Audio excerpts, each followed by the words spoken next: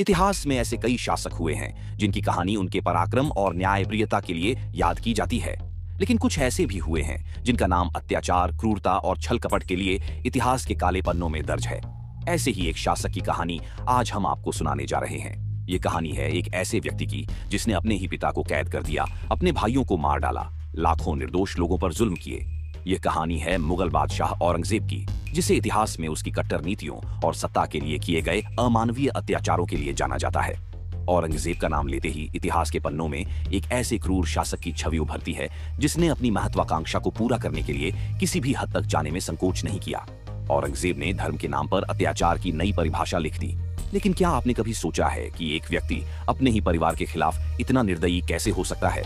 आखिर ऐसा क्या था कि उसने अपने ही पिता शाहजहां को कैद कर लिया, अपने भाइयों को एक एक करके मरवा दिया? क्या उसे सत्ता के अलावा कुछ भी दिखाई नहीं देता था?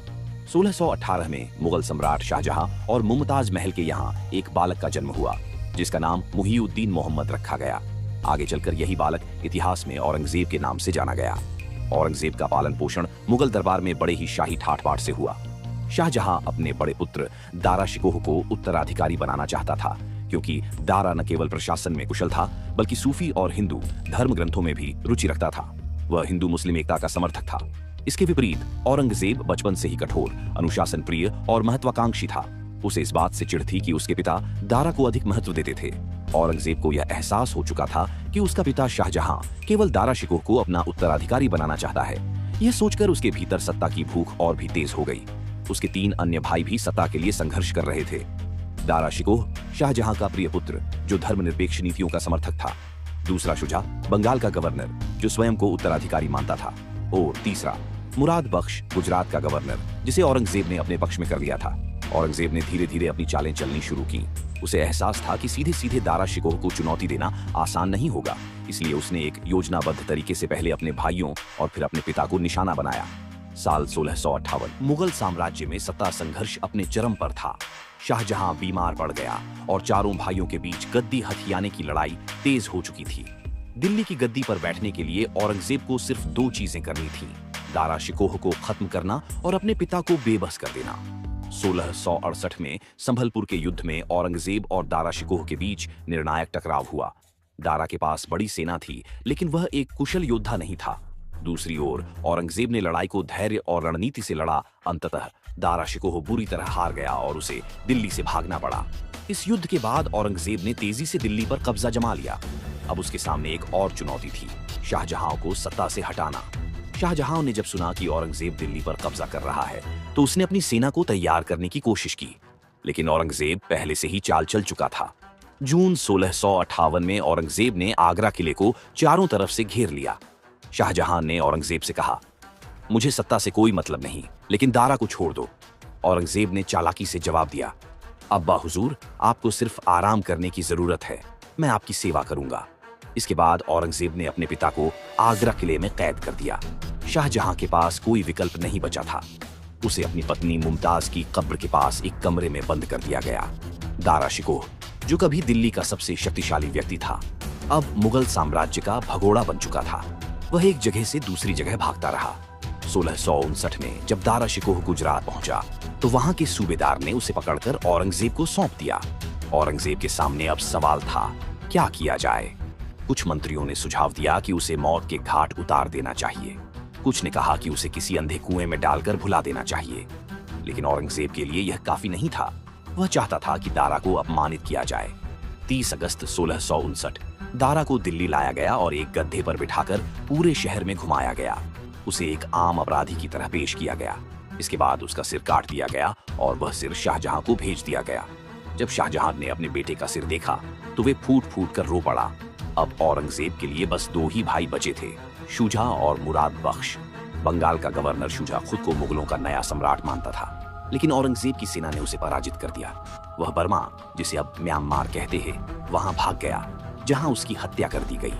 दूसरा भाई औरंगजेब ने सत्ता संघर्ष के दौरान मुराद से गठबंधन किया था, लेकिन जब उसकी जरूरत खत्म हो गई तो उसने मुराद को धोखे से पकड़ लिया। 1661 में मुराद को जेल में जहर देकर मार दिया गया। अब औरंगजेब अकेला वारिस था। शाहजहां कैद में था, दारा और मुराद मारे जा चुके थे और शुजा भी खत्म हो गया था। अब कोई नहीं था जो औरंगजेब को चुनौती दे सके। 31 जुलाई 1659 औरंगजेब ने खुद को आलमगीर, संसार को जीतने वाला, की उपाधि के साथ मुगल सम्राट घोषित कर दिया। 1659 में जब औरंगजेब ने दिल्ली की गद्दी संभाली तो उसका शासनकाल हिंदू, जैन, सिख और अन्य गैर मुस्लिम समुदायों के लिए बेहद कठिन साबित हुआ। उसने न केवल बड़े स्तर पर मंदिरों को तोड़ा, बल्कि जबरन धर्मांतरण, जजिया कर और अन्य दमनकारी नीतियों को भी लागू किया। हिंदू मंदिरों पर हमला। औरंगजेब ने हिंदू मंदिरों को केवल धार्मिक आधार पर ही नहीं, बल्कि हिंदुओं की संस्कृति और शक्ति के प्रतीक के रूप में भी देखा। उसने कई महत्वपूर्ण मंदिरों को तोड़ा और उनकी जगह मस्जिदें बनवाईं। पहला, काशी विश्वनाथ मंदिर, वाराणसी, 1669। काशी हिंदू धर्म की आस्था का केंद्र माना जाता था। यहाँ स्थित काशी विश्वनाथ मंदिर भगवान शिव को समर्पित था। 1669 में औरंगजेब ने आदेश दिया कि इस मंदिर को पूरी तरह ध्वस्त कर दिया जाए। मंदिर को तोड़कर उसकी जगह ज्ञानवापी मस्जिद बनवाई गई। हिंदुओं को वाराणसी में धार्मिक अनुष्ठान करने से रोका गया। दूसरा, मथुरा का केशव देव मंदिर, 1670। भगवान श्री कृष्ण की जन्मस्थली मथुरा में स्थित केशव देव मंदिर भी औरंगजेब के निशाने पर था। 1670 में उसने इस मंदिर को तोड़वाकर वहां ईदगाह मस्जिद बनवाई। कहा जाता है कि मंदिर का विध्वंस इसलिए किया गया ताकि हिंदू श्रद्धालु वहां पूजा न कर सकें। मथुरा में जश्न मनाने और तीर्थ यात्रा पर भी कई प्रतिबंध लगाए गए। तीसरा, सोमनाथ मंदिर, गुजरात, जो पहले भी महमूद गजनी द्वारा नष्ट किया गया था। हिंदुओं ने मंदिर को पुनः निर्मित किया था, लेकिन औरंगजेब ने इसे फिर से गिराने का आदेश दिया। उसने गुजरात के गवर्नर को आदेश दिया कि मंदिर को तोड़ दिया जाए और वहां मस्जिद बनाई जाए। कई हिंदू पुजारियों को मार दिया गया और मूर्तियों को नष्ट कर दिया गया। इसके अलावा औरंगजेब ने कई अन्य प्रसिद्ध मंदिरों को भी निशाना बनाया। उज्जैन के महाकालेश्वर मंदिर पर हमला किया गया। वृंदावन के कई मंदिरों को नुकसान पहुंचाया गया। अजमेर के पुष्कर तीर्थ स्थल पर प्रतिबंध लगाए गए। अकबर ने अपने शासनकाल में जजिया कर समाप्त कर दिया था, लेकिन औरंगजेब ने 1679 में इसे फिर से लागू कर दिया। जजिया कर एक विशेष कर था जो हिंदू, सिख, जैन पर लगाया जाता था। हिंदुओं को अपने धर्म का पालन करने के लिए यह कर देना पड़ता था।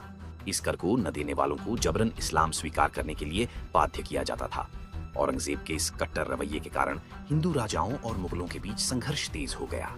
औरंगजेब के मंदिर तोड़ने और जजिया कर लगाने का विरोध सबसे पहले मेवाड़ के महाराणा राज सिंह ने किया।